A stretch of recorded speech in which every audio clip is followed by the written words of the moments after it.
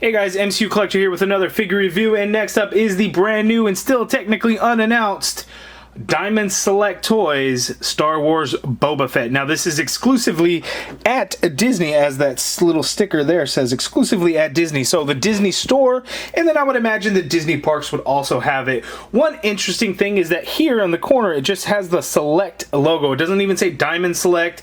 It doesn't even say Star Wars Select, which is kind of what I thought it would have been, since Marvel Select is the branding for the Marvel figures by Diamond Select Toys. So it's just kind of interesting. Here on the side it says Boba Fett Special Collector Edition Action Figure. And then we get the little look at Darth Vader up in the corner. Here we see some cool accessories, interchangeable hands. We have his weapon there. We have this fire that's going to probably come out of the flamethrower there. So it looks really good. We get this nice wash over the figure. I really wish Diamond Select would use a smaller packaging. The packaging is just so large and ends up getting all bent up and creased in some of these corners and whatnot. Here we have a look at the back of the package. We have that look of Boba Fett there.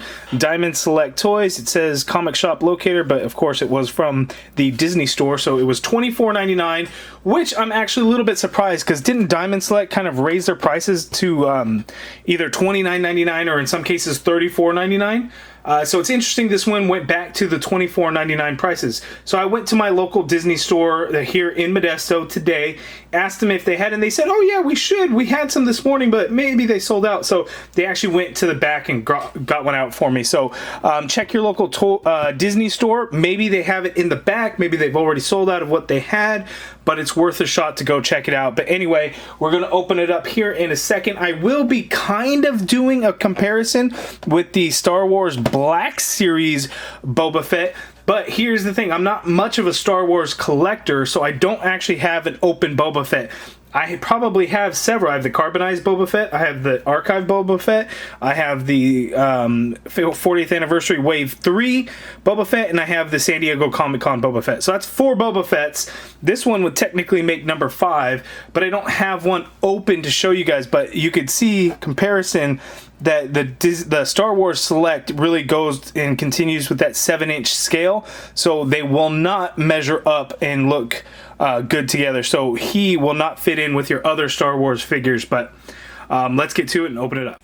Okay, so here is the Boba Fett figure out of the package, and so far this is a pretty good figure, but typical Diamond Select Toys, there are some limitations when it comes to it, but the figure looks fantastic. Like, this is a very good display piece, not like a statue. You can still get into some poses, but it's not going to be your go-to in terms of articulation. Now, I know the Black Series is fairly limited as well, so this one is going to be kind of along the same lines of what's going on. But let's zoom in and take a look at all the details, especially in the paint, because this thing is packed with different paint apps in different areas, way more than any of the Black Series figures got. So let's zoom in for that.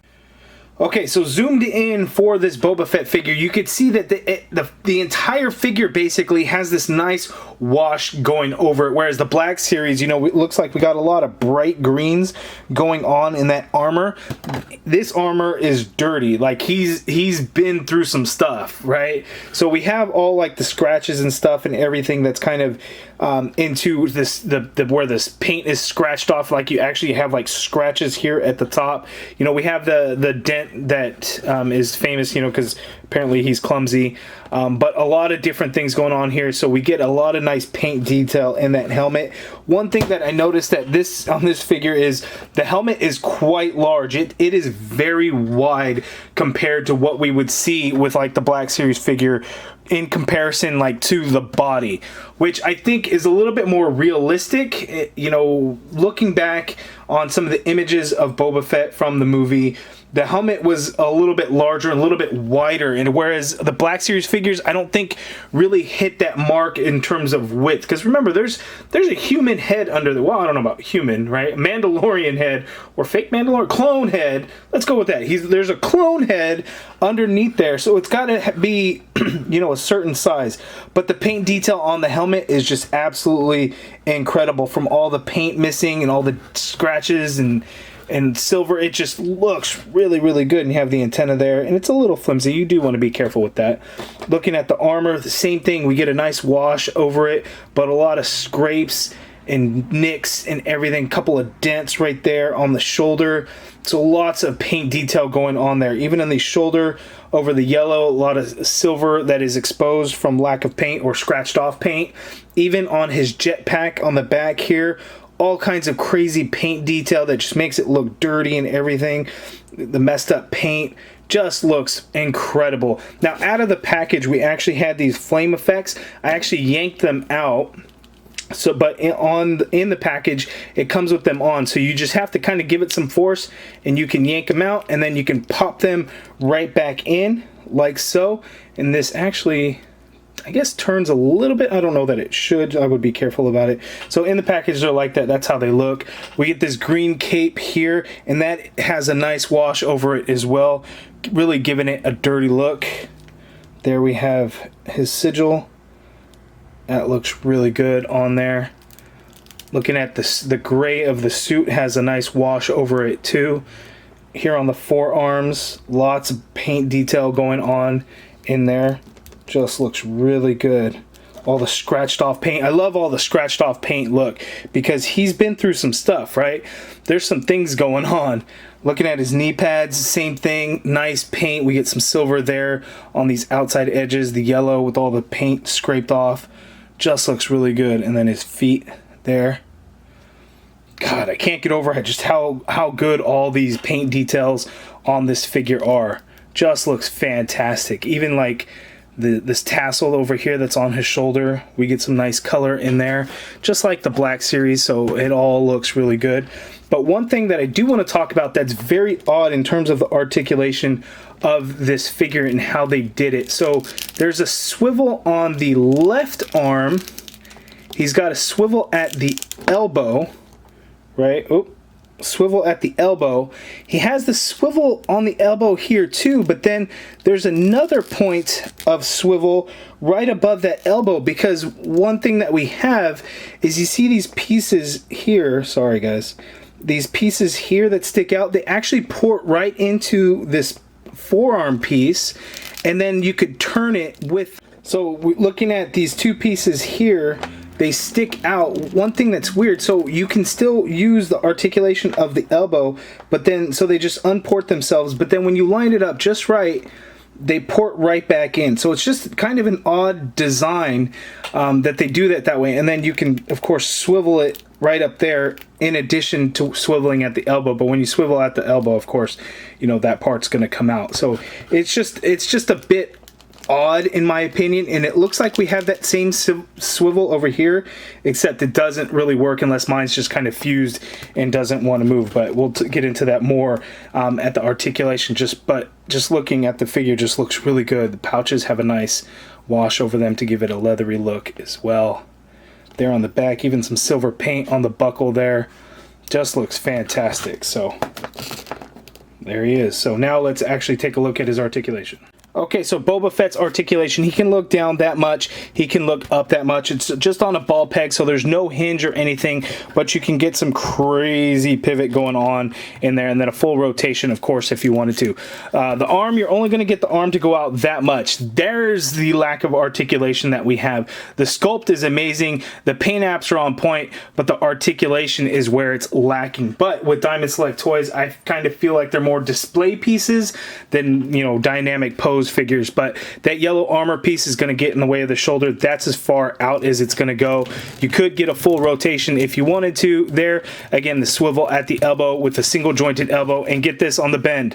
So straight out, there's your bend on the elbow because that forearm piece is going to hinder it. So that's it. Not a lot whatsoever. Here on this arm, there's your elbow. A little bit more, but still not great. But again, you know, those hose pieces come undone, but then when you put it back, they go right back into place. And then, of course, there is a swivel at that elbow, and then a swivel right at the top of that elbow as well.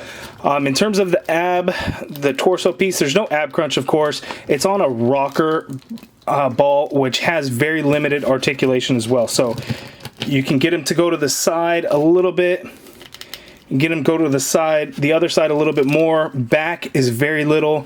Forward is very little as well, so lacking articulation there. The legs go out that far apart, which is actually pretty good. He can kick forward that much, not bad. Leg doesn't really go back. You have an upper thigh cut in there.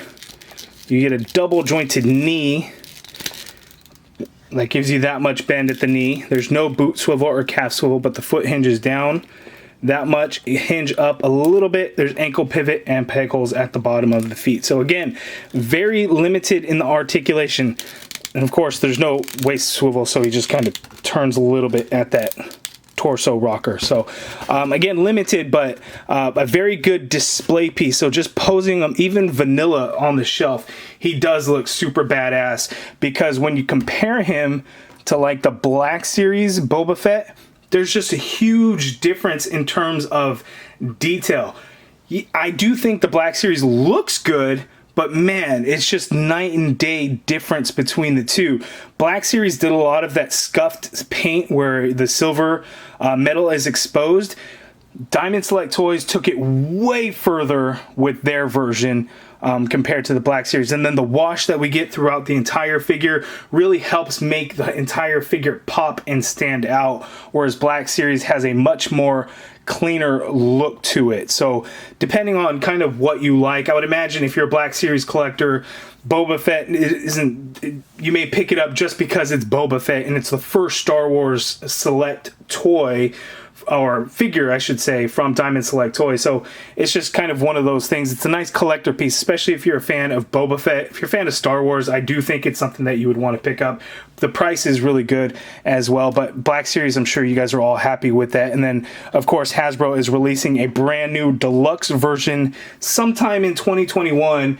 I was worried that it would be the same exact figure, but I was told that it's going to be 100% new sculpt and everything like that. So that's great if that's the case. You know, instead of releasing the same Boba Fett figure 10 times, release a brand new one and then release that one 9 more times. So let's check out the accessories that he comes with. Slight correction on the elbow. Of course, I had it turned the wrong way, so straight, and you get that much bend. So better, but still not great. Okay, so Boba Fett has interchangeable hands. So actually out of the package, he has the 2 open hands that look like this, and then he has 2 trigger finger hands that he comes with. So I had already put 1 trigger finger hand on there, but 1 additional set of interchangeable hands. Here he comes with his blaster, which looks really good. We have some brown for the handle here. We get a little bit of rust paint going on, a little bit of silver paint kind of going in the scope, as well as throughout the barrel. As you can see, kind of like the paint that would have been scratched away. And the same goes on the other side, and that looks really good. There we also get this flame effect piece that actually ports right on into the blaster. It was actually on there in the package, and that looks really good with the red into the orange translucent plastic. One thing that's odd is that the air bubble in there, I think that can kind of, I don't know if that's going to be a mistake on mine or if they're all going to be like that, so it's just kind of weird that it would be there.